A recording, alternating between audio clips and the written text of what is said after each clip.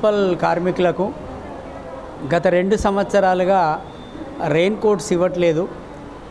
మేము ఇప్పుడు మే నెలలోనే ముందస్తుగా కమిషనర్ గారిని కలిసి మున్సిపల్ వర్కర్స్ అవుట్సోర్సింగ్ కానీ పర్మనెంట్ కార్మికులకు కానీ ఇవాళ రెయిన్ కోట్స్ ఇవ్వాలని చెప్పేసి అంటే జూన్ ఫస్ట్ వీక్లో రెయిన్ కోట్స్ ఇవ్వాలని చెప్పేసి, అట్లాగే వివిధ వాళ్ళకు ఉండేటువంటి వర్క్ ప్లేస్లో పరికరాలు, ఆ నాణ్యమైనటువంటి పరికరాలు అందజేయాలని. ఇప్పుడు ఈ మే నెలలో మొత్తం మన ఉత్తర తెలంగాణలో చాలా వేడి 45-46 వరకు వెళ్తుంది కాబట్టి మరి వాళ్ళందరూ కూడా 11 గంటల వరకే పని చెప్పాలి అని చెప్పేసి కమిషనర్ గారిని చెప్పడం జరిగింది.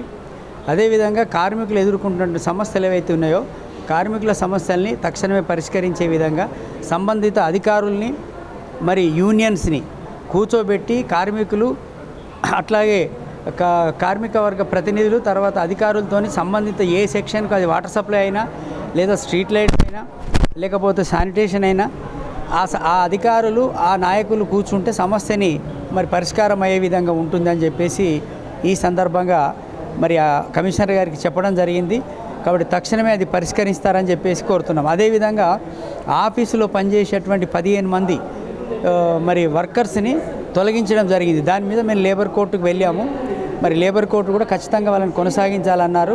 ఇది అధికారులు ఏకపక్షంగా తొలగించారు, అది చెల్లదు. ఎందుకంటే కౌన్సిల్ తీర్మానం చేయాలి, తీర్మానం చేసి గవర్నమెంట్కి పంపుతుంది. గవర్నమెంట్ అప్రూవల్ ఏదైనా స్థానిక ప్రభుత్వం కాబట్టి మున్సిపాలిటీ కౌన్సిల్ ఏదైతే తీర్మానం చేస్తూ దానికి అనుగుణంగా జరిగితే అధికారులు తీయడానికి వీలు లేదు. కాబట్టి ఆ 15 మంది తొలగించిన 15 మందిని ఆఫీసులో పనిచేసేటువంటి మహిళలు, అదేవిధంగా వివిధ స్వర్గధామం దగ్గర పనిచేస్తున్నటువంటి కార్మికుల్ని తక్షణమే ఉద్యోగాలకి తీసుకోవాలని చెప్పేసి బహుజన లెఫ్ట్ ట్రేడ్ యూనియన్స్ తరఫున డిమాండ్ చేస్తాము.